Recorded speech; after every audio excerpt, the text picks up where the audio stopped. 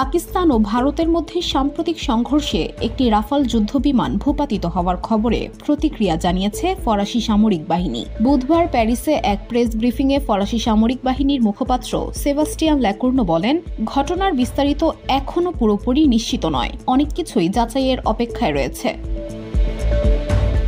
Phoenix TV চ্যানেলে প্রচারিত নিয়মিত ওই প্রেস ব্রিফিংয়ে ল্যাকুর্নো বলেন, রাফালের পারফরমেন্স নিয়ে আমরা নিবিড়ভাবে পর্যবেক্ষণ চালাচ্ছি। পাশাপাশি আমাদের অন্যতম মিত্র ভারত সরকারের সঙ্গে সরাসরি যোগাযোগে রয়েছি, যাতে সঠিক তথ্য পাওয়া যায়। তিনি আরও বলেন, সংঘর্ষে শত শত যুদ্ধবিমান জড়িত ছিল বলে রিপোর্টে বলা হয়েছে এবং ফ্রান্স এই যুদ্ধ অভিজ্ঞতা থেকে যতটা সম্ভব শিখতে আগ্রহী।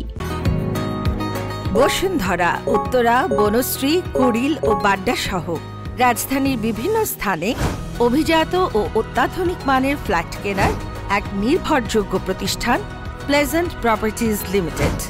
তাই আপনার স্বপ্নের আবাসনের জন্য আজই যোগাযোগ করুন।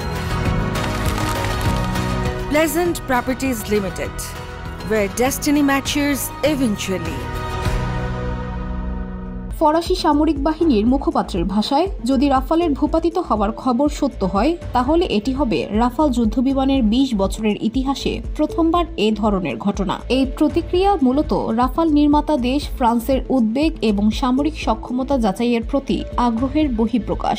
সংঘর্ষের প্রকৃত বিবরণ এখনও প্রকাশ পায়নি, তবে বিষয়টি নিঃসন্দেহে আন্তর্জাতিকভাবে নজর কেড়েছে। সূত্র global Times. VOD Bangla news desk.